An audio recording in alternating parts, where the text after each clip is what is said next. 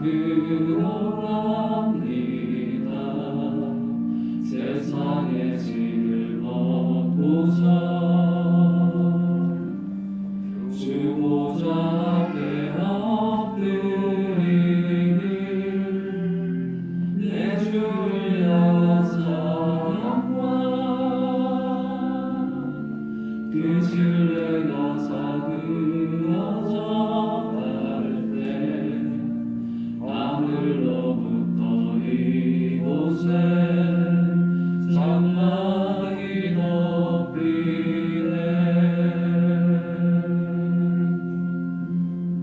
이것을 덮으소서. 이것을 비추소서. 내 안에 무너졌던 모든 소망 나 회복하리니. 이것을 비추소서. 이것을 만지소서. 온 마음을 다해 오직 주만 나 경배합니다. 이곳을 잡으소서. 이곳을 비추소서.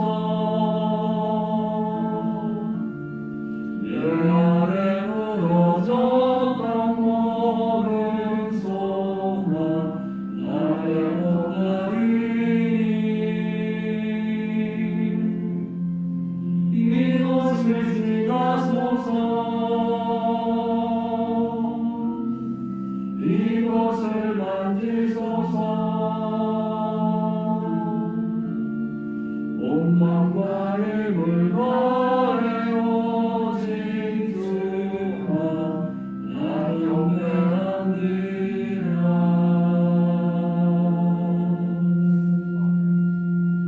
살아계신 아버지 하나님, 우리가 온 마음 다해 주님을 예배하길 원합니다.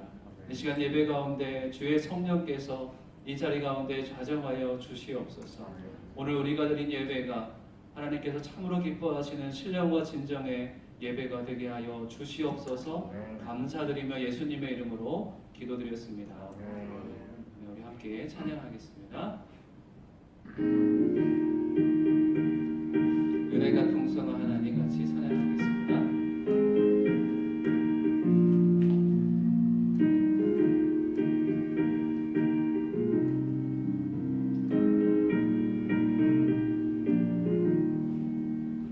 은혜가 풍성한 하나님 믿는 자 사람 한 사람 어제도 오늘도 언제든지 협찬 보호해 주시네. 주여 성령의 은사들 오늘도 내려 주소서. 성령의 뜨거운 불길로서 오늘도 충만케 하소서.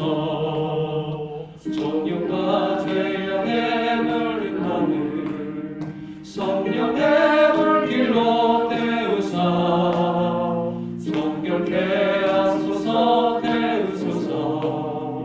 깨끗게 하여 주옵소서. 주여 성령의 은사들을 오늘도 내려 주소서. 성령의 뜨거운 불길로서 오늘도 충만케 하소서.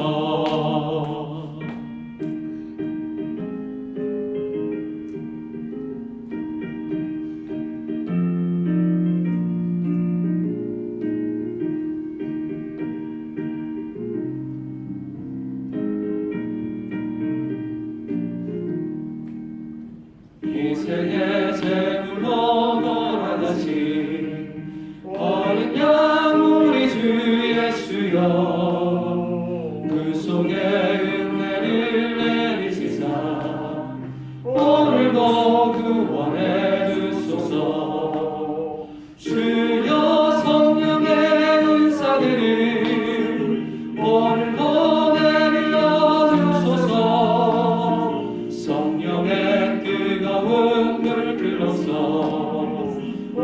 오늘도 충만케 하소서. 주님의 기쁘신 은혜만은 세상에 널리 전하리라. 하늘의 능력과 권세로서 오늘도 입혀 주옵소서. 주여 성령의 은사들을 오늘도 내려 주소서. 성령의 뜨거운 불길로서 오늘도 충만케 하소서.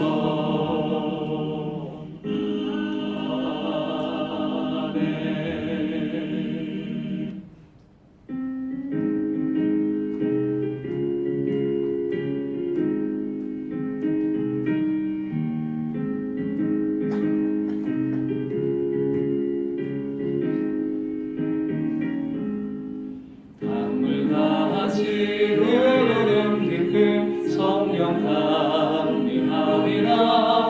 정결한 말 영원하도록 주의 거처를 했네. 주님 주시는 참된 평화가 내 맘속에 넘치네. 주의 말씀에 거센 풍랑도 잠잠하게 되도다. 나의 생명 소생케 되는 성령이 하시리라. 모든 의심 슬픔 사라져 주의 평강 넘치네. 주님 주시는 참된 평화가 내 맘속에 넘치네. 주의 말씀에 거센 풍랑도 잠잠하게 되도다. 하늘에서 단비 내리고 햇빛 찬란한 같이 우리 마음에 성령이 맘이 주를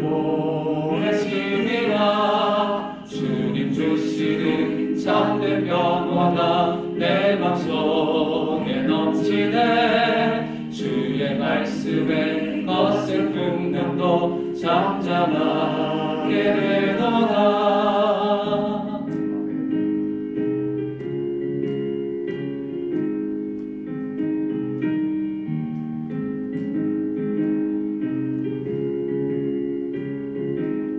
생명신에 넘쳐 흘러서 생명신에 넘쳐 흘러서 마른 광야 적시니 의의 열매 무르익어서 주수를 기다리네. 주님 주시는 참된 평화가 내 맘속에 넘치네. 주의 말씀에 거센 풍랑도 잠잠하게 되도다. 놀라우신 주의 은혜로 그의 얼굴 뵙겠네. 영화로운 안식처에서 영원토록 쉬겠네. 주님 주시는 참된 평화가 내 맘속에 넘치네. 주의 말씀에 거센 풍랑도 잠잠하게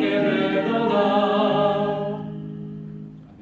우리 자리에 앉으셔서 이어서 찬양하겠습니다. 내가 매일 기쁘게 찬양하겠습니다.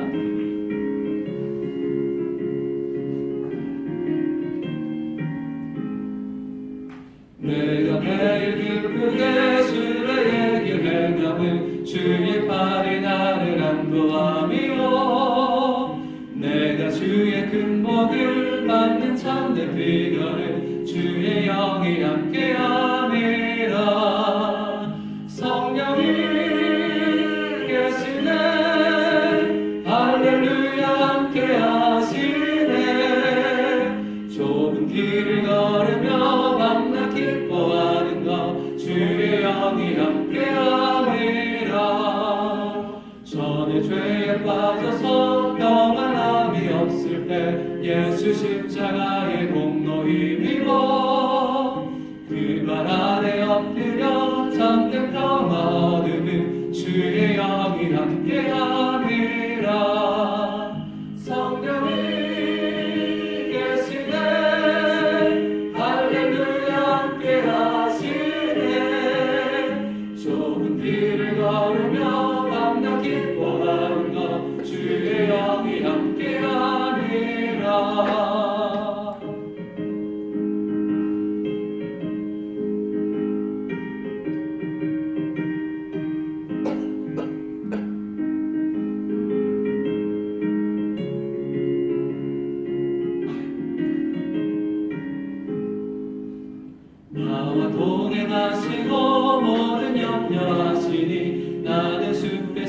같이 기쁘다.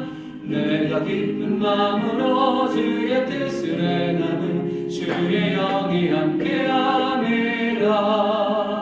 성령이 계시네 할렐루야 함께하시네. 좁은 길을 걸으며 밤낮 기뻐하는가 주의 영이 함께함이라. 세상 모든 욕망과 나의 모든 정욕은 십자가에 이미 못을 박았네.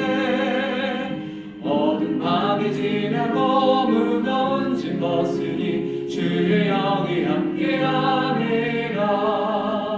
성령이 계시네 할렐루야 함께하시네. 좁은 길을 걸으며 밤낮 기뻐하는 것 주의 영이 함께하니라. 네, 우리를 대표해서 이제자 집사님께서 기도해 주시겠습니다.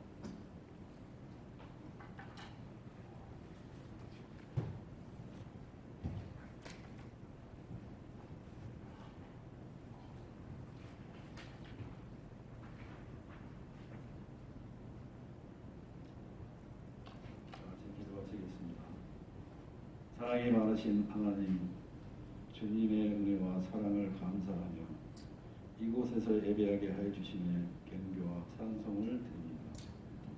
온 세상이 주님의 주신 은총으로 생명이 있는 것마다 활발하게 활동하는 아름다운 오후의 주일입니다.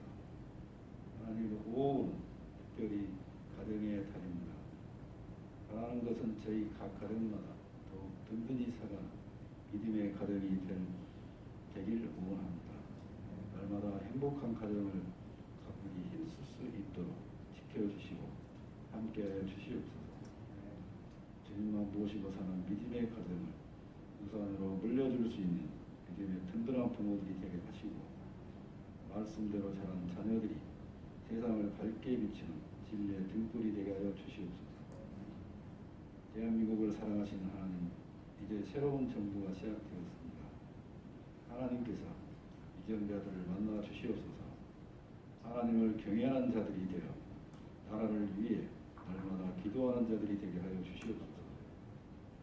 이곳 바라카에 하나님의 뜻이 계셔 세워진 교회가 주님의 은혜로 날마다 번창하는 교회로 설 수 있도록 인도하여 주시옵소서.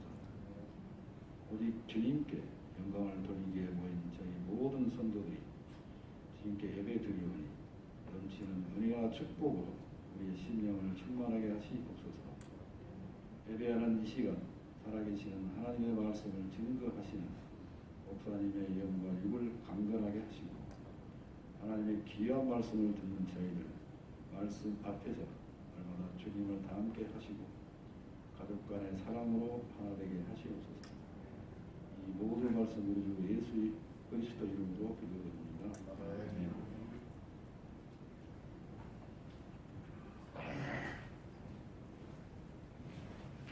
할렐루야. 우리 옆에 보시면서 같이 인사했으면 좋겠습니다. 오래간만에 얼굴을 뵙습니다.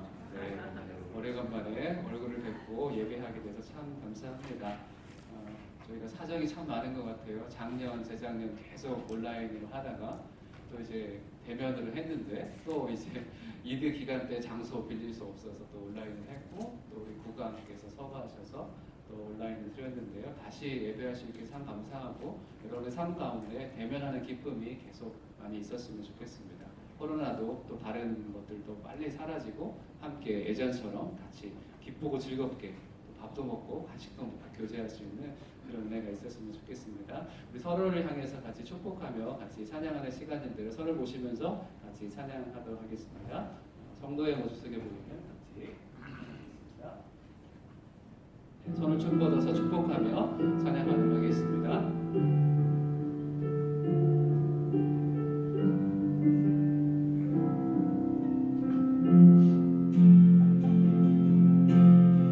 성도의 모습 속에 보이는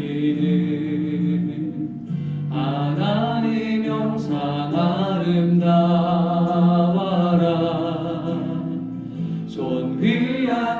그의 자녀 됐으니 사랑하며 섬기니. 우리 가슴에 손을 대고 우리의 모임 중에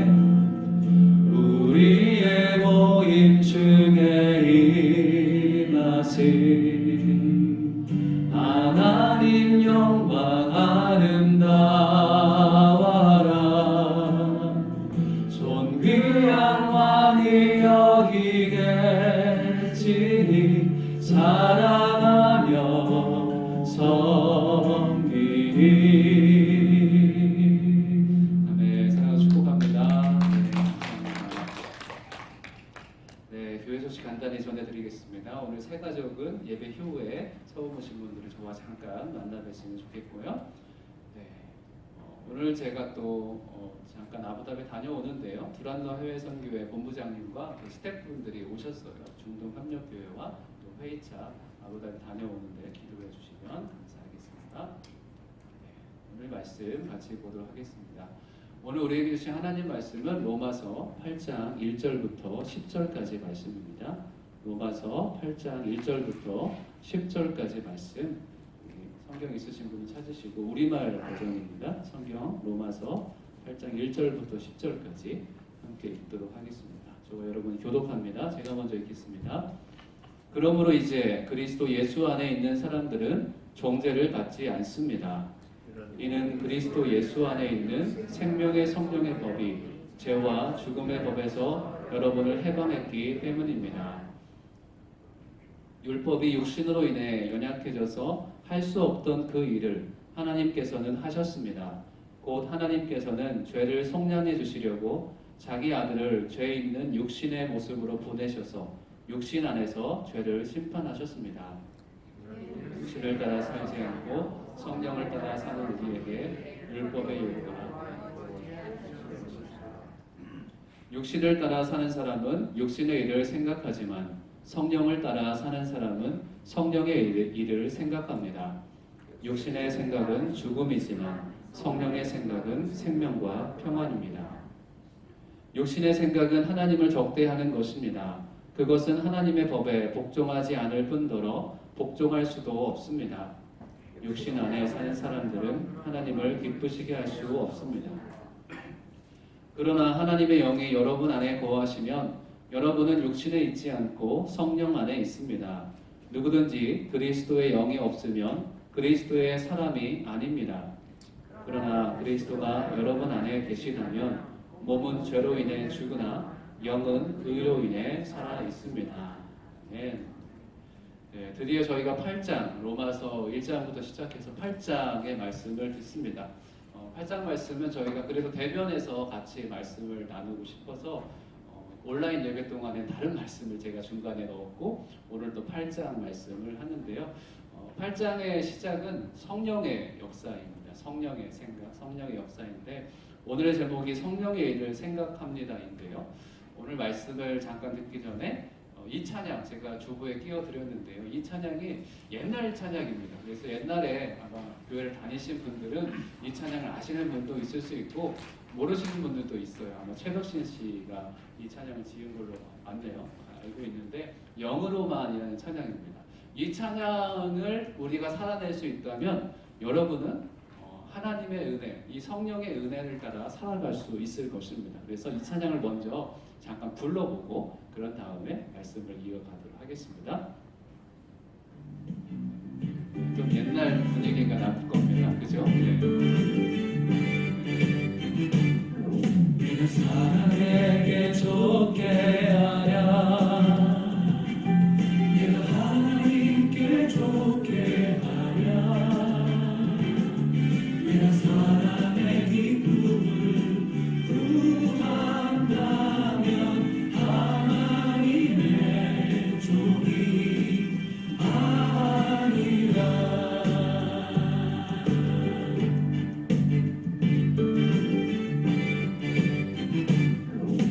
육신을 쫓는 사람은 육신의 일을 생각하고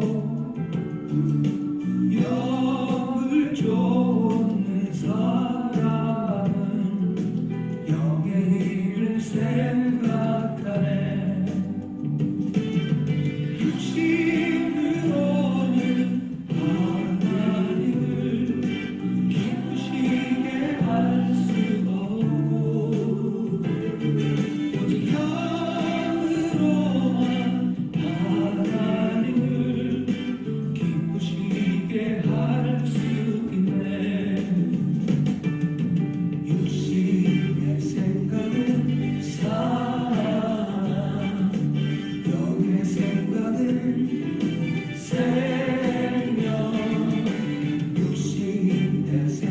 생각은 사랑,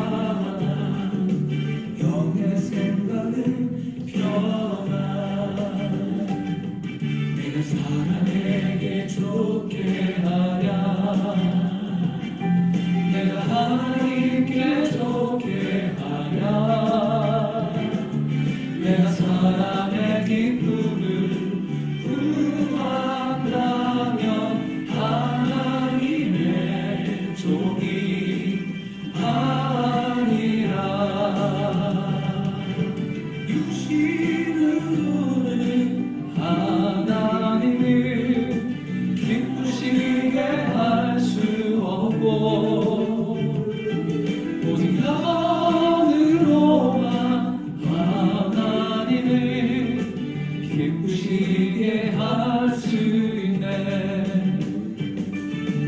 육신의 생각은 사랑, 영의 생각은 생명. 육신의 생각은 사랑, 영의 생각은 평안. 내가 사람에게 좋게 하랴, 내가 하나님께 좋게 하랴. 내가 사람의 기쁨을 구한다면 하나님의 종이 아니라. 내가 사람에게 좋게 하랴, 내가 하나님께 좋게 하랴. 내가 사람의 기쁨을 구한다면 하나님의 종이 아니라. 내가 사람에게 좋게 하랴, 내가 하나님께 좋게 하랴. 내가 사람의 기쁨을 구한다면 하나님의 종이 아니라. 네. 성경 말씀, 이 찬양을 하시면서 여러분 어떤 생각이 들으셨습니까? 네, 갈라디아에서 있는 하나님께 좋게 하랴, 사람에게 좋게 하랴 말씀과 또 이 로마서의 말씀을 가지고 이 찬양을 지었는데요. 우리가 이 땅에 살아가면서 하나님을 기쁘시게 하기를 정말 원하는가? 하나님의 뜻 가운데 온전히 우리가 거하길 원하는가? 아니면 나의 욕심대로 내가 행하고 싶은 대로 살아가길 원하는가? 하나님의 마음의 중심에 있는 사람은 하나님의 뜻대로 살아가길 원합니다. 저는 루아이스에 있는 귀한 성도님들이 성령의 일을 생각함으로 하나님께 기쁨을 드릴 수 있는 저와 여러분이 됐으면 좋겠습니다. 아멘이시죠? 네, 여러분이 적지만 이 땅에 있는 믿음의 용사들로 이 땅에 서올 수 있기를 주님의 이름으로 축복합니다. 우리 7장까지는 우리 여러 가지 말씀을 계속 18번이나 들었더라고요. 7장까지 18번의 말씀을 통해서 하나님께서 우리가 죄인임을 깨닫게 해 주셨습니다. 드디어 우리가 8장에 들어섰는데요. 제가 이 로마서를 시작할 때 여러분들에게 말씀을 드렸던 것 같아요. 로마서는 성경에서 어떤 말씀 같다라고 비유했습니까? 성경에서 이 로마서는 보석 같다. 성경에 있는 가장 귀한 보석이 하나 있다면 이 로마서가 보석 같은 그런 말씀이다라고 얘기를 했다고 했습니다. 그래서 경건주의 루터교 경건주의 창시자인 필립 스패너는 이 로마서 중에서 이 8장을 보석 중에서 뭐라고 했습니까? 가장 반짝반짝 빛나는 부분이 바로 로마서 8장이라고 말씀을 드렸죠. 그리고 마틴 로이드 존스 목사님은 우리 몸에 지체가 많이 있잖아요. 가장 지체가 많이 있는데 가장 환히 빛나는 보석 같은 지체, 뭐 이런 표현으로 로마서 8장을 표현을 했습니다. 로마서 8장이 그만큼 중요한 것이죠. 그래서 아이들이 로마서 8장을 암기하기도 합니다. 그리고 우리가 로마서를 쓸 때 제가 뭐라 그랬죠? 로마서 작년에 9월부터 로마서 말씀을 연말까지 다 썼습니다. 그래서 8장만 쓰시면 다 쓴 걸로 인정해 드리겠다고 제가 말씀드렸죠. 그리고 또 그 중에서 8장도 아직 시작하지 못했다 그러면 8장 1, 2절만 쓰셔도 다 쓴 것이라고 제가 말했는데 그만큼 로마서 8장이 중요하기 때문에 그렇습니다. 우리가 7장까지 무엇을 배웠습니까? 우리 8장 전에 7장 후반절에 바울은 자기 자신이 비참한 사람이라고 고백합니다. 그래서 뭐라고 합니까? 이 사망의 몸에서 누가 나를 구해내겠습니까? 이 비참한 존재가 자기 자신이라는 것이죠. 이미 예수님을 잘 믿고 있으면서 로마에 이 편지를 보내면서도 자기 자신이 이미 성숙한 사람인데도 불구하고 자기 자신의 비참한 모습을 보았던 사람이 바로 사도 바울입니다. 정말 죄가 많아서 비참한 사람이 아니라 하나님의 크신 은혜를 깨달아 보니 우리가 이사야서를 얘기를 했죠. 하나님의 놀라운 그 존전의 광경을 보니 이사야가 화로다 내가 망하게 되었도다 얘기한 것처럼 사도 바울이 그런 마음으로 자기 자신이 비참한 존재라고 고백을 했습니다. 그런데 비참함에서 머물러 있지는 않았다라고 말씀을 드렸죠. 비참한 가운데 뭐라고 고백합니까? 7장 25절에 뭐라고 합니까? 우리 주 예수 그리스도로 인해 하나님께 감사드립니다. 나는 비참한 사람이지만 예수님 때문에 내가 감사할 수 있다. 내가 감사합니다. 감사드립니다. 고백하는 것이죠. 내 자신으로는 내 마음으로는 하나님의 법을 또 육신으로는 죄의 법을 섬기고 있지만 내가 그래서 비참한 존재이지만 죄의 포로가 되는 거지만 그럼에도 불구하고 감사할 수 있는 이유는 우리가 예수님을 부를 수 있기에 우리가 감사할 수 있는 것입니다. 사도 바울이 그것을 우리에게 알려주고 있습니다. 내 마음은 내 마음대로 할 수 없습니다. 여러분, 여러분의 마음을 마음대로 할 수 있으십니까? 우리의 마음대로 내 마음을 주장할 수 없는 것이죠. 그런데 감사하게도 우리의 마음이 악한데도 악으로 향하고 있는데도 때로는 하나님의 법을 즐거워하며 하나님을 기쁘게 하고 때로는 죄의 법을 따라서 죄를 짓기도 합니다. 이 비참한 인간도 때로는 좋은 일도 하며 살아갈 수 있는 것입니다. 그럼에도 불구하고 우리 모두 한 번 죄를 지어도 죄인이고 10번 죄를 지어도 죄인이고 작은 죄를 지어도 죄인이고 큰 죄를 지어도 죄인입니다. 감옥에 있는 사람이나 여기에 있는 사람이나 우리는 하나님 앞에서 다 죄인임을 알아야 합니다. 그런데 한편에 다른 편에서 예수께서 뭐라고 하십니까? 우리를 죄인이라고 얘기를 하기도 하지만 우리를 또 의인이다라고 얘기를 합니다. 죄인이라고 얘기하면 기분 나쁘지만 의인이라고 얘기하면 기분이 갑자기 좋아지는 거죠. 우리 옆에 보시면서 당신은 의인입니다 한번 고백했으면 좋겠습니다. 시작. 당신은 의인입니다. 아멘. 우리가 어떻게 의인입니까? 우리가 노아 같은 의인입니까? 요셉처럼 그런 의인입니까? 다윗처럼 하나님 마음에 합한 사람입니까? 그렇지 않지만 우리가 예수님을 믿기 때문에 우리의 그리스도인들의 정체성은 의인인 것이죠. 우리가 아무리 죄 가운데 있을지라도 예수가 내 죄를 용서해 주시니 우리가 의인이 되는 것입니다. 그래서 우리는 용서받은 죄인이라는 단어를 알고 있습니다. 우리는 따라서 해볼까요? 시작. 용서받은 죄인입니다. 네, 용서받은 죄인. 죄인이지만 어떻게 됐습니까? 용서를 받은 것이죠. 더 이상 나에게 정죄함이 없다라는 것입니다. 1장부터 7장까지가 멸망의 존재도 온전히 구원받을 수 있음을 말씀하고 있습니다. 우리 같은 죄인이지만 멸망받을 존재이지만 구원받을 수 있다라는 것을 1장부터 7장까지 정확하게 설명을 해주신 것이죠. 죄인이 어떻게 구원을 받는지에 대해서 말씀을 했습니다. 구원이 이 땅 가운데 가장 중요한 문제이기 때문에 먼저 기술을 한 것입니다. 죄가 이렇게 있다. 그렇지만 하나님의 의가 나타났다. 예수께서 우리를 구원해 주셨다. 이 기쁨의 소식을 로마서에서 사도 바울은 먼저 알려주고 있는 것입니다. 마치 사고가 나면 누가 사고를 당했대요. 누가 코로나 걸렸대요. 그러면 너 격리하고 있어. 이 얘기를 먼저 합니까? 그러면 좋은 사람이 아닐 거예요. 코로나 걸렸다고 얘기하면 여러분이 무엇을 먼저 묻습니까? 괜찮으세요? 증상은 좀 어떠세요? 그 사람의 생사 여부 안부를 묻습니다. 사고 난 차에 있는 사람한테 그래? 도로는 잘 통행이 돼? 이걸 먼저 물어보는 사람이 없겠죠.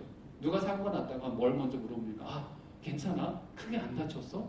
이걸 먼저 물어보는 것이죠. 마찬가지로 이 로마서 말씀을 기술할 때 사도 바울은 구원, 이 생사가 걸린 구원의 문제를 먼저 기록했다는 것입니다. 구원의 은혜가 가장 귀하기에 이것을 먼저 기록했습니다. 여러분 예수님의 이름으로 구원을 받으셨습니까? 구원의 문제가 어떤 것보다 소중합니다. 이 세상에 어떤 것 다 소유한다 할지라도 내가 구원을 잃어버리면 우리는 모든 것을 다 잃는 것이죠. 그래서 예수께서는 저희들을 바라볼 때 우리의 재물과 우리의 헌신보다 더 중요한 것, 그것을 원하시는데 그것이 무엇이냐면 우리 자신입니다. 예수께서 전부이시듯이 예수께서 우리를 향해서 원하시는 것은 우리 자신, 전부 우리 자신을 주님께서는 원하신다는 것이죠. 그래서 오늘 1절 말씀에서는 구원의 은혜를 받은 사람들에게 너희들은 이제 정죄하지 않는다. 정죄를 받지 않는다라고 말씀하고 있습니다. 죄를 짓기에 정죄함이 있을 수 있고 죄를 짓기에 정죄를 받지 않을 수도 있습니다. 그렇다면 우리 모두는 다 죄를 짓는 사람인 것을 우리가 정확하게 인식을 해야 되는 것이죠. 우리 7장 후반절 말씀에 있듯이 하나님의 법과 죄의 법이 마음속에서 항상 역사하고 있는 죄가 역사하고 있는 사람. 그래서 그 결국에 어떻게 된다고 얘기하고 있습니까? 그 결국에 죄의 포로로 우리를 잡아간다. 우리의 상태가 바로 그런 상태이고 그 상태에서 우리를 구원해 주셨고 그러면서 로마서 8장의 시작이 뭐라고 얘기합니까? 더 이상 너희가 정죄를 당하지 않는다. 우리 1절 말씀이 뭐라고 고백합니까? 그러므로 이제 그리스도 예수 안에 있는 사람들은 정죄를 받지 않습니다. 다시 한번 읽어볼까요? 시작. 그러므로 이제 그리스도 예수 안에 있는 사람들은 정죄를 받지 않습니다. 여러분은 어떤 누구도 정죄할 수 없습니다. 지금 과거에 지은 죄도, 지금 짓고 있는 죄도, 미래에 지을 죄도 어떤 누구도 여러분을 정죄할 수 없다는 것이죠. 사단도, 여러분의 부모님이든, 여러분의 배우자든, 여러분의 아이들이건, 어떤 영상을 보니까 아이들이 부모님을 막 정죄를 하더라고요. 거기에 엄마의 마음이 무너집니다. 그렇지만 여러분 안심하십시오. 어떤 누구도, 어떤 친한 사람도, 나를 가장 잘 아는 사람도 나를 정죄해도 나는 정죄를 당하지 않는 은혜가 있습니다. 왜 그렇습니까?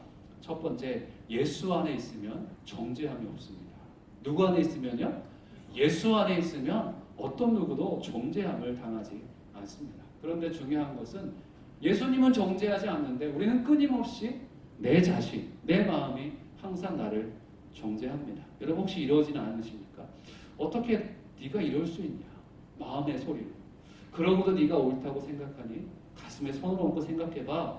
이렇게 하면서 우리의 마음이 우리를 항상 정죄하고 있는 것 같습니다. 주변에서도 정죄하죠. 그리고 세상이 어떻습니까? 세상도 항상 우리를 정죄합니다. 항상 나를 비교합니다. 지인에 비해서 너 좀 걔보다 훨씬 못하잖아 라고 하면서 비판합니다. 그 정도는 부족해. 주위를 봐. 온통 너보다 나은 사람들 뿐이야. 너는 그 사람들에 비하면 완전 죄인이야 라고 하면서 세상이 우리를 계속 정죄한다는 것이죠. 세상은 이렇게 항상 우리를 끌어내립니다. 내 마음도 나를 끌어내리고 세상도 나를 끌어내립니다. 이렇게 우리를 정죄합니다. 피할 곳이 있을까요?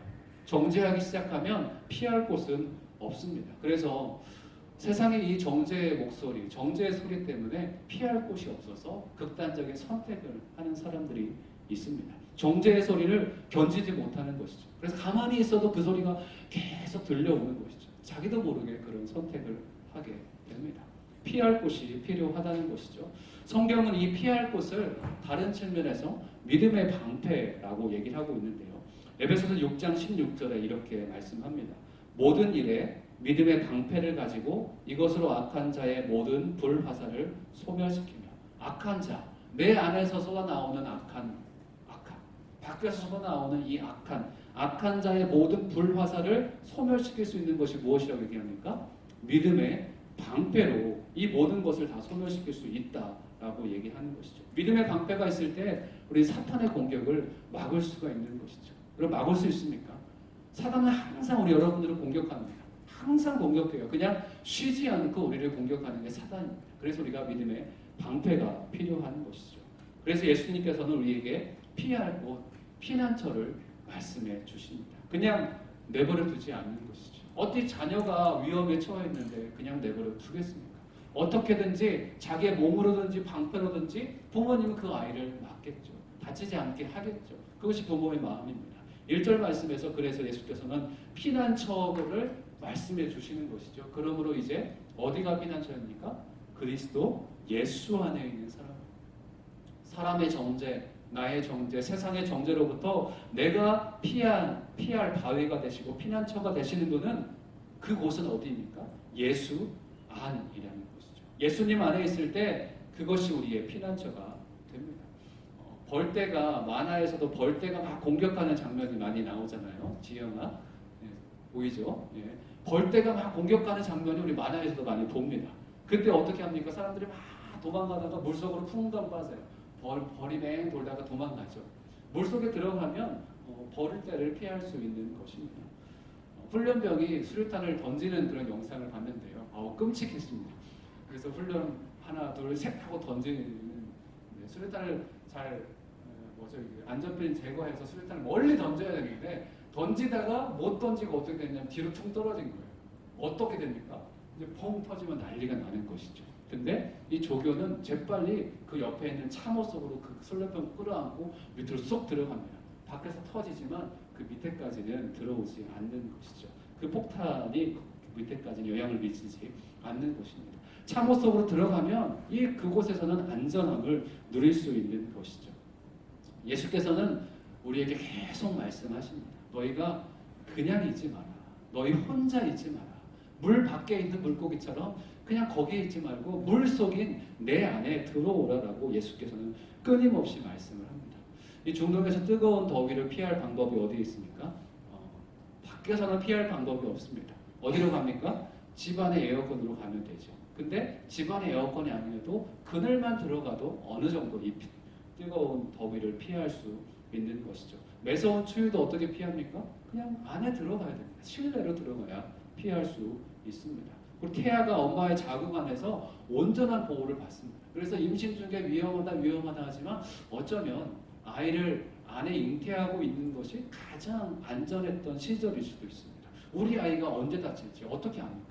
세상에 나가면 세상에서 많은 위협들이 있는데 안에 있을 때 어쩌면 가장 안전했을 때라고 얘기할 수 있겠죠. 예수 안에 있으면 우리에게 정죄함이 없다라고 말씀하고 있습니다. 여러분 예수 안에 계십니까? 항상 예수 안에 있을 수 있는 저와 여러분 되시길 주의 이름으로 축복합니다. 오늘 말씀해 보니까 그리스도 예수 안에 있는 사람들은 정죄를 받지 않습니다. 2절에 뭐라고 했습니까? 이는 그리스도 예수 안에 있는 생명의 성령의 법이 죄와 죽음의 법에서 여러분을 해방했기 때문이다 라고 얘기합니다. 그런데 예수 안에 있으면 정죄함을 받지 않는다라고 얘기하는데 여러분 눈치채셨습니까? 1절 말씀에 그러므로 언제요? 그러므로 이제 한번 해볼까요? 그러므로 이제 정죄를 받지 않습니다. 여러분 예수님을 믿으면 예수 안에 있으면 과거에 잘못했던 것만 정죄함을 받지 않는 것이 아니라 이제 정죄함을 받지 않는 것이죠. 그리고 미래는 우리가 알 수 없습니다. 그냥 우리는 계속 미래를 살아가지 않는 것이고 현재도 살아가지 않습니다. 과거도 살아가고 있지 않습니다. 어디를 살아가고 있습니까? 우리는 항상 지금 현재 지금 이제를 살아가고 있습니다. 이제 그리스도 예수 안에 있는 사람들은 정죄를 받지 않습니다. 지금 예수께서 우리를 정죄하지 않습니다. 미래도 알 수 없지만 지금 정죄함이 없으면 그걸로 충분한 것이죠. 바로 지금 정죄함 없는 우리를 정죄함 없이 의인이라고 불러 주신다는 것입니다. 지금 정죄함을 받지 않으려면 온전히 우리가 어디에 있어야 된다고요? 우리가 예수 그리스도 안에 있어야 합니다. 그렇다면 예수 안에 있으면 어떤 일이 일어날까요? 우리 2절 읽었는데요. 다시 한번 읽어볼까요? 2절 시작. 그리스도 예수 안에 있는 생명의 성령의 법이 죄와 죽음의 법에서 여러분을 해방했기 때문입니다. 예수 안에 있으면 어떤 일이 일어납니까? 여러분에게는 해방이 일어나는 거죠. 온전한 자유가 우리 가운데 임합니다. 그래서 요한복음 8장 32절에서는 기억하십니까? 진리를 알지니 진리가 너희를 자유케 하리라. 우리가 예수님 그 진리를 알면 진리가 우리를 자유케 한다라고 말씀했습니다. 그 진리를 얘기하기보다는 오늘은 그 진리와 동일한 진리가 우리를 자유케 할 수 있다면 성령으로 살 때 우리는 자유케 된다라고 오늘 말씀에서 말씀하고 있는 것이죠. 우리가 찬양을 고백했던 것처럼 오늘 오직 영으로 살아갈 때 오직 영으로만 우리가 자유함을 경험할 수 있습니다. 사실 오늘 말씀의 1절부터 쭉 10절까지 계속 이어지는 말씀은 누구를 얘기하고 있는가? 성령님을 얘기하고 있습니다. 성령. 예수 안에 있어야 된다. 예수 안에 있을 때 정죄함을 받지 않고 온전한 해방이 있다라고 얘기를 하지만 예수 안에 있는 그 성령을 계속 얘기하고 있습니다. 4절 말씀에서도 성령을 따라 산다. 성령을 따라 사는 말씀하고 있죠. 5절 말씀에서도 성령의 일을 생각합니다. 그렇죠? 성령의 일을 생각합니다. 9절 말씀에서도 하나님의 영, 성령, 그리스도의 영, 이 성령에 대해서 계속 말씀하고 있는 것이죠. 여러분 육신을 따라 살고 계십니까? 아니면 성령을 따라 살고 계십니까? 그리스도인들도 육신을 따라 살아가는 사람들이 많이 있습니다. 그리스도인들도 예전의 본성대로 육에 따라 살아가는 사람도 있습니다. 예수 믿지 않았던 모습대로 살아가는 사람도 있습니다. 그렇지만 하나님께서 우리에게 가장 요구하시는 것은 무엇인가? 성령을 따라 살아가는 것입니다. 우리 5, 6절 말씀을 다시 한번 읽겠습니다. 5절, 6절 시작. 육신을 따라 사는 사람은 육신의 일을 생각하지만 성령을 따라 사는 사람은 성령의 일을 생각합니다. 육신의 생각은 죽음이지만 성령의 생각은 생명과 평안입니다. 아멘. 여러분이 아마 CCC나 다른 기독교 단체에서 이런 것들을 배웠을 겁니다. 사람을 세 분류로 이렇게 분리를 하잖아요. 첫 번째는 육의 사람. 이 사람은 예수 믿기 전에 그냥 자연인이라고 부르고 비그리스도인들을 육의 사람이라고 부릅니다. 그리고 또 어린아이의 초보적인 믿음을 가진 사람을 육신에 속한 자라고 부르죠. 그리고 또 성숙한 사람을 뭐에 속한 자라고 부릅니까?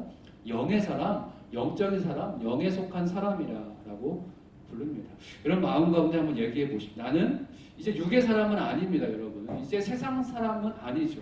이미 예수를 믿었기 때문에 육신에 속한 기독교의 초보인 사람이든지 아니면 성숙한 사람 둘 중에 하나입니다. 이런 마음 가운데 한번 물어보십시오. 내가 육신에 속해 있나?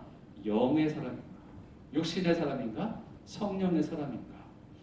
오늘 사도 바울은 이 고린도전서에서 이 로마서에서 말씀을 하긴 하지만 고린도전서에서 비슷한 말씀을 하긴 합니다.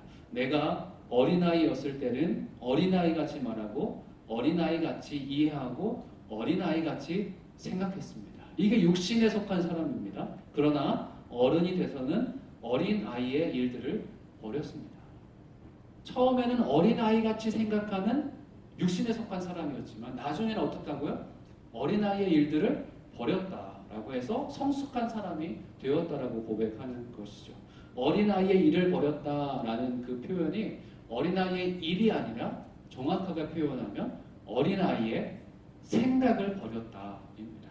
어린아이의 생각이 버려져야 되는 것이죠. 더 이상 젖만 먹는 어린아이처럼 생각하는 것이 아니라 이제 어른의 생각으로 우리의 신앙생활이 바뀌어야 된다는 것입니다. 우리의 생각이 그만큼 중요한 것이죠. 육신의 생각이 아니라 영의 생각, 어린아이의 생각이 아닌 성숙한 사람의 생각을 하기를 원하십니다. 베드로도 육의 생각을 육신의 생각을 했습니다. 예수님께서 베드로에게 곧 있으면 내가 고난당할 것이다. 내가 곧 있으면 죽을 것이다. 예언을 하시는 것이죠. 그때 베드로가 무엇이라고 얘기했습니까? 주여, 절대로 안 됩니다. 예수께서 죽는 것을 당연히 제자들이 바라지 않았겠죠. 그래서 베드로는 주여, 절대로 안 됩니다. 라고 얘기를 했어요. 그랬을 때 예수께서는 뭐라고 말씀하십니까? 마태복음 16장 23절에 이렇게 말씀합니다. 사탄아, 내 뒤로 물러가거라. 너는 나를 넘어뜨리는 걸림돌이다. 내가 하나님의 일을 생각하지 않고 사람의 일만 생각합니다. 예수께서 십자가에 달려 돌아가실 것, 이것은 하나님의 생각이고 하나님의 일이라는 것입니다. 그런데 그 일을 얘기했을 때 베드로는 무엇을 생각합니까? 하나님의 일을 생각하지 않고 사람의 일을 생각한다는 것이죠. 그래서 예수께서는 사탄아, 내 뒤로 물러가라. 베드로를 붙잡고 있는 사단에게 어쩌면 꾸짖는 것이죠. 사단에게 사로잡혀 있는 그런 모습이 베드로의 모습 가운데도 있었다는 것이죠. 어린아이의 생각을 버려야 영적인 사람, 성숙한 사람이 될 수 있습니다. 사람의 일이 아닌 하나님의 일을 생각하는 것이 우리의 신앙생활에서 어떤 것보다 중요한 것이죠. 여러분 무엇을 생각하면서 살아가십니까? 그냥 하루하루 살아가시면 여러분의 생각 속에서는 무엇이 자리 잡고 있습니까? 그런데 참 안타까운 것은 로마서에서 이 7장에서 바울이 고백하는 것처럼 우리 자신은 비참한 사람이라는 거예요. 왜냐하면 우리의 생각이 절망적이기 때문에 그렇습니다. 여러분 가만히 앉아서 생각해 보십시오. 좋은 생각보다는 나쁜 생각이 가득합니다. 제가 예전에 잘못해서라고 해야 되겠죠? 잘못 신호등을 건너가지고 유치장에 잠깐 들어간 적이 있습니다. 그 안에서 있으니 성경 말씀도 생각이 잘 안 나요. 주기도문 외우고 사도신경 고백하고 말씀을 열심히 되뇌어 보려고 해도 그 말씀이 생각나는 것이 아니라 안 좋은 생각들이 그 안에서 계속 나들어요. 사람의 마음 가운데 안 좋은 생각이 더 많이 있는 것이 사실입니다. 왜냐하면 마가복음 7장 22절부터 22절에서 이렇게 고백하고 있기 때문에 그렇습니다. 사람 속에서 곧 사람의 마음에서 나오는 것은 악한 생각, 음란, 도둑질, 살인, 간음, 탐욕, 악의, 거짓말, 방탕, 질투, 비방, 교만, 어리석음입니다. 사람의 마음 가운데서 생각하는 것들이 이것이 좋은 것들이 나오는 것이 아니라 사람의 마음에서 나오는 것들은 다 악한 것, 이 부정적인 것들이 계속 나온다는 것입니다. 그래서 마치 자루 속에 가득한 송곳처럼 조금만 무게가 더해지면 송곳이 푹 튀어나오는 것처럼 우리 마음속의 악함이 점점 튀어나오는 것이 우리 인간의 연약한 모습이라는 것입니다. 그것이 우리의 마음이고 그것이 우리의 생각입니다. 차를 타고 가다가 여러분 누가 갑자기 확 뛰어들거나 갑자기 하면 여러분 뭐라고 하십니까? 욕하지 않았으면 좋겠습니다. 그냥 축복해 주시기를 주의 이름으로 축복합니다. 그 사람 만약 욕을 한다면 평소에 마음 가운데 악한 것들이 계속 있는 것이죠. 자꾸 욕을 하는 습관이 있으면 어느 순간 자기도 모르게 욕을 하게 되어지는 것이죠. 자루 속에 가득한 송곳처럼 그냥 어느 순간이 되면 송곳이 툭 튀어나와서 다른 사람을 툭 찔러버리는 그 연약한 존재가 바로 우리 모습이라는 것이죠. 그래서 예수께서 말씀하셨습니다. 이 구절 다음에 예수께서 말씀하신 건데요. 독사의 자식들아 너희가 악한데 어떻게 선한 것을 말하겠느냐. 너희가 악한데 어떻게 선한 것을 말하겠냐 이거죠. 우리의 상태가 악한데 너희가 어떻게 선한 것을 얘기하겠냐. 마음에 가득 차 있는 것이 입 밖으로 흘러나오는 법이다. 여러분의 마음에 무엇이 가득하십니까? 그 가득한 것이 자꾸 입 밖으로 흘러나오는 것이죠. 마음에 있는 것, 즉 생각하는 것이 입으로 흘러나옵니다. 그래서 그것이 흘러나와서 말이 됩니다. 그리고 우리의 삶을 채우는 것이죠. 그래서 독설이 되면 여러분의 가정을 지옥으로 만들어 버리는 겁니다. 그런데 사랑의 언어가 나오면 여러분의 가정을 천국으로 만들게 되는 것이죠. 우리 교회에서도 여러분 가운데 사랑의 말, 축복의 말이 계속 나오면 이 교회를 천국으로 만들 수가 있는 것입니다. 그런데 우리 마음속에 참 더러운 것들이 가득하다는 것을 말씀하고 있는 것이죠. 그래서 저를 따라했으면 좋겠습니다. 나에겐 소망이 없다. 시작. 나에겐 소망이 없다. 그래서 오늘 말씀에서 육신의 생각은 죽음이고 성령의 생각은 생명과 평안이다라고 말씀하고 있습니다. 그래서 여러분의 생각을 잘 주의해야 돼요. 육신의 생각은 뭐라고요? 죽음이에요. 죽는 대로 가는 게 육신의 생각입니다. 그런데 성령의 생각은 뭐라고요? 생명과 평안. 이 땅 가운데 영원한 생명을 누리고 싶고 이 땅에서 지옥이 아닌 천국을 맛보고 싶다면 여러분의 생각을 주의해야 되는 것이죠. 5절 말씀에 생각 계속 생각에 대해서 얘기하고 있죠. 이 생각하다라는 단어는 고정하여 열망하다입니다. 그냥 생각이 스쳐가는 그것을 생각한다라고 얘기하는 것이 아니라 고정하여 열망하다라는 뜻을 이 생각하다라는 단어가 뜻하고 있습니다. 그래서 우리말로 골똘히 생각하다. 여러분 기억하시죠? 골똘히 생각하다 이런 뜻이 바로 이 생각하다라는 뜻입니다. 그렇다면 성령을 따라 살아가는 사람을 무엇에 골똘할까요? 무엇에 골똘합니까? 성령을 따라 살아가는 사람은 무엇에? 성령의 생각이 마음속에 골똘히 계속 생각을 하겠죠. 하나님에 대해서, 예수님에 대해서, 이 성경에서 뭐라고, 이 땅 가운데 무엇을 원하실까를 골똘히 생각하는 사람이 성령을 따라 살아가는 사람들이겠죠. 요즘에 유튜브는 뭐가 가득합니까? 어떻게 하면 돈을 벌지, 어떻게 하면 인기를 얻을지, 어떻게 하면 재밌을지 이런 것들이 가득하죠. 유튜브에는 하나님의 생각보다는 그런 생각들이 많습니다. 여러분의 마음속에, 여러분의 생각 속에서는 무엇이 자리 잡고 있습니까? 무엇에 골똘하고 계십니까? 성령의 생각을 할 수 아는 저와 여러분 되시길 주의 이름으로 축복합니다. 데카르트가 얘기했다고 하죠. 생각한다, 고로 나는 존재한다. 제가 이걸 말을 못하는데 주봉스동 주슈 이렇게 누가 얘기를 하더라고요. 생각한다, 고로 나는 존재한다. 생각하는 그 주체가 바로 내 자신이라는 것입니다. 내 생각이 바로 나의 존재를 결정하는 거예요. 여러분 무엇을 생각하느냐에 따라서 여러분은 어떤 사람이 될지를 결정하는 겁니다. 성령의 일을 생각할 때 우리는 성령의 사람이 될 수 있는 것이죠. 예수께서 항상 말씀을 하셨습니다. 성경 말씀, 하나님의 말씀을 얘기하는 것이죠. 예수의 생각에는 무슨 생각이 가득했겠습니까? 하나님의 생각, 하나님의 계획, 하나님의 말씀이 가득했던 것이죠. 성령의 생각으로 성령의 말씀만 하시는 삶을 살아갔습니다. 예수님처럼 우리에게도 성령의 일을 생각하는, 항상 성령께 고정하는 삶을 예수께서 우리에게 원하십니다.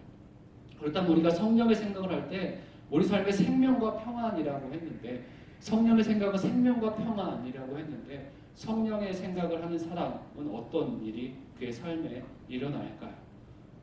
부정적이지 않고 긍정적이게 되겠죠. 존 버년의 유명한 일화인데요.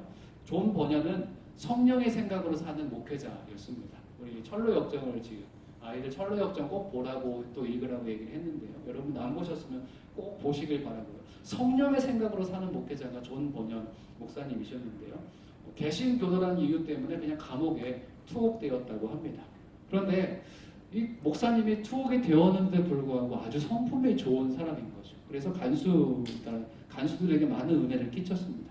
그래서 간수장이 이 목사님은 그냥 괜찮은 사람이고 성품이 좋은 사람이기 때문에 어디 도망갈 사람은 아닌 것 같다라고 판단이 돼서 목사님 그냥 집에 한번 쉬러 다녀오십시오 라고 간수장이 그런 혜택을 줬다고 합니다. 그래서 목사님은 집에 돌아가 잠깐 쉬려고 집에 가는 길이었어요. 그런데 마음이 막 불편한 거예요. 너무나 불편해서 내가 집에 가는 것보다 다시 감옥에 돌아가야 되겠다라고 생각을 했다고 합니다. 그래서 감옥으로 돌아왔습니다. 간수장이 묻습니다. 왜 목사님 집에서 좀 쉬고 오시라니까 왜 돌아오십니까? 라고 얘기하는 것이죠. 그런데 목사님 얘기하는 거죠. 도무지 마음이 불편해서 제가 집에 갈 수 없습니다. 그냥 감옥에 있겠습니다. 그런데 얼마 지나지 않아서 갑자기 왕이 보낸 사절단, 이 사찰단이 존 버년 목사님이 진짜 감옥에 투옥되어서 감옥 속에 잘 있는지 사찰하러 온 거예요. 만약에 목사님께서 그냥 집에 가 있었다면 간수장 목도 날아갈 것이고 목사님도 목이 날아갔을 수도 있습니다. 성령에 속한 사람은 성령의 생각을 쫓아갑니다. 죽음으로 들어가는 생각이 아니라 성령의 생각으로 인해서 생명과 평안을 누리는 그런 삶을 살아가게 되는 것이죠. 여러분 중동 땅에 살아가시니까 어떠십니까? 메마르시죠. 가만히 있으면 메마르고 가만히 있으면 척박함을 느끼는 곳이 이 땅입니다. 그런데 이 땅에서 우리의 생각을 성령의 생각으로 바꾸면 우리는 이 안에서도 소망을 볼 수 있습니다. 믿으십니까? 이 메마른 땅에서도 생수의 강이 흘러나올 수 있는 것이죠. 사막을 가다가 오아시스를 만나서 그 생수의 은을 누리는 것처럼 어쩌면 이 로아이스 땅에서 살고 있는 여러분이 생수의 땅을 경험하는 그런 은혜가 있을 수도 있습니다. 내 생각을 육신의 생각으로 채우지 않고 성령의 생각으로 채운다면 이 땅이 주님 기뻐하시는 오아시스의 땅이 될 수가 있는 것이죠. 성령의 일을 생각하면 우리의 삶도 주님의 은혜로 채워집니다. 사람의 일, 육신의 생각보다 성령의 생각을 많이 하는 저와 여러분이 됐으면 좋겠습니다. 그리고 어린아이의 생각을 이제 과감히 다 버리고 육신의 생각을 버리고 성령의 생각을 많이 하는 저와 여러분 되시길 주의 이름으로 축복합니다. 함께 기도하도록 하겠습니다. 살아계신 아버지 하나님 감사합니다. 오늘도 로마서 8장 이 보석 같은 주의 말씀을 통해서 육신에 속한 자가 아니라 성령에 속한 사람임을 알려주시니 감사합니다. 성령의 일을 생각하는 영의 사람, 영에 속한 자 되게 하여 주시옵소서. 사도 바울처럼 매 순간 주의 말씀이 터져나오며 성령에 사로잡혀 성령과 동행하는 인생 되게 하여 주시옵소서. 이 메마른 땅에서 성령의 은혜를 힘입어 이 땅에서 주의 빛으로 주의 소금으로 살아가는 귀한 주의 백성들 되게 하여 주시옵소서. 감사드리며 예수님의 이름으로 기도드렸습니다. 아멘. 함께 일어나셔서 봉헌 찬양 함께 하도록 하겠습니다.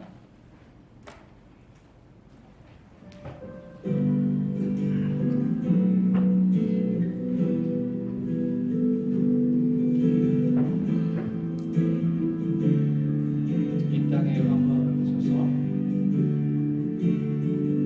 이 땅의 왕부함을 보소서. 하늘의 하나님 긍휼을 베푸시는 주여, 우리의 죄악 용서하소서. 이 땅 고쳐 주소서. 이제 우리 모두 하나 되어 이 땅에 무너진 기초를 다시 쌓을게. 우리의 우상들을 태우신 성령의 불이 나소서.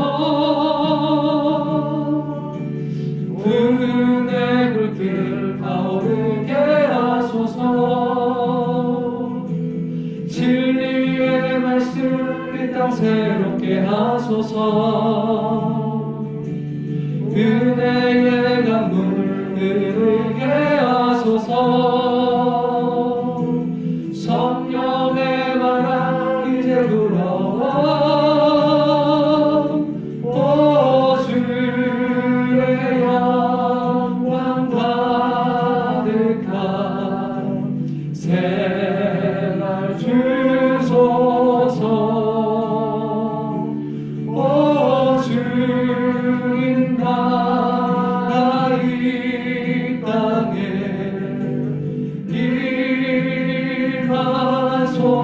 임하소서. 부흥의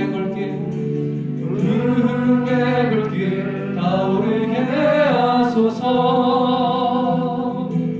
진리의 말씀 이 땅 새롭게 하소서. 은혜의 강물 흐르게 하소서. 성령의 바람 이제 불어와. 오 주의 영광 가득한 새날 주소서. 오 주님 나라 이 땅에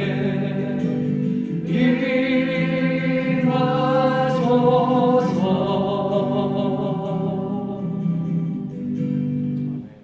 살아계신 아버지 하나님 감사합니다. 오늘 예배 가운데 주의 성령으로 우리 가운데 함께 해주심을 감사합니다. 우리가 날마다 모일 때 주의 성령으로 모여 주님께서 함께 계셔서 주님 앞에 온전한 영광과 찬양을 드리는 귀한 주의 백성들 되게 하여 주시옵소서. 하나님 한 주 동안에도 저희를 보호해 주시니 감사합니다. 이 땅, 이 메마른 땅에서 성령의 은혜를 누리며 살아갈 수 있도록 인도해 주시니 감사합니다. 날마다 감사가 넘치게 하시고 은혜가 넘치는 삶 살아갈 수 있도록 주여 우리의 삶을 인도하여 주시옵소서. 우리를 보호해 주시고 지켜주신 주님의 사랑과 은혜 감사해서 주님께서 허락하신 것들 주님께 구별하여 예물로 올려드립니다. 하나님께서 이 예물을 받으시고 흠양하여 주시고 이 예물로 인해서 죽어가는 영혼들이 살아나게 하여 주시고 이 땅에 무너진 교회들 일어서게 하여 주시고 수많은 잃어버린 영혼들 핍박받은 영혼들이 주 앞에 돌아오는 역사가 있게 하여 주시옵소서. 그리고 저희들 또한 날마다 예수님 닮아가 어린아이의 생각을 버리고 성령의 생각에 사로잡혀 성령의 사람 영의 사람 될 수 있도록 인도하여 주시옵소서. 이제는 우리 주 예수 그리스도의 은혜와 하나님 아버지의 크신 사랑과 성령님의 내주교통 역사하심이 오늘 말씀을 듣고 육의 생각을 버리고 성령의 생각으로 영의 사람이 되기로 결단하는 귀한 주의 백성들 머리 위에 지금도 열방 가운데 주의 복음을 전하시는 선교사님들과 가정과 사역 위에 잃어버린 영혼 핍박받는 영혼들 위해 지금부터 영원까지 함께 하시기를 간절히 축원하옵나이다. 아멘.